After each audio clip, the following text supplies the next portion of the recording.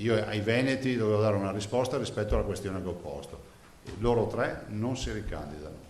Loro tre sono Gianluca Forcolin, vicepresidente della Giunta regionale, quindi vice di Zaia, Alessandro Montagnoli, presidente della prima commissione in Consiglio regionale, e Riccardo Barbisan, consigliere regionale. Per tutti e tre i leghisti la campagna elettorale per una riconferma a Venezia finisce qui. Il verdetto presidenziale, quindi per definizione inappellabile, è arrivato a 4 giorni dall'inizio della tempesta perfetta, cominciata con la fuga di notizie dall'INPS, tempesta che si è abbattuta senza pietà anche sui palazzi Balbi e Ferrofini.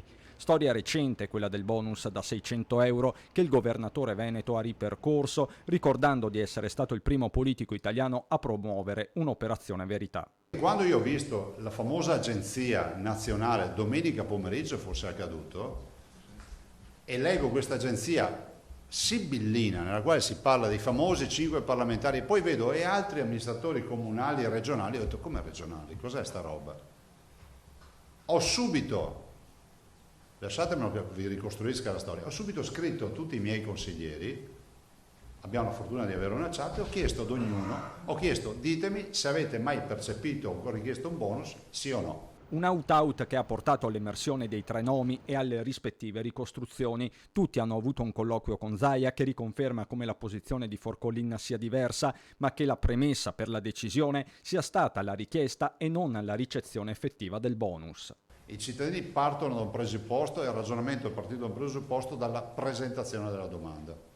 Dopodiché è pur vero, lo dico a quelli che mi hanno detto che io faccio i distinguo, li faccio sì, è pur vero che il vicepresidente non ha incassato il quantum, cioè non ha mai percepito il bonus e non ha neanche presentato ulteriori documentazioni per avere il bonus.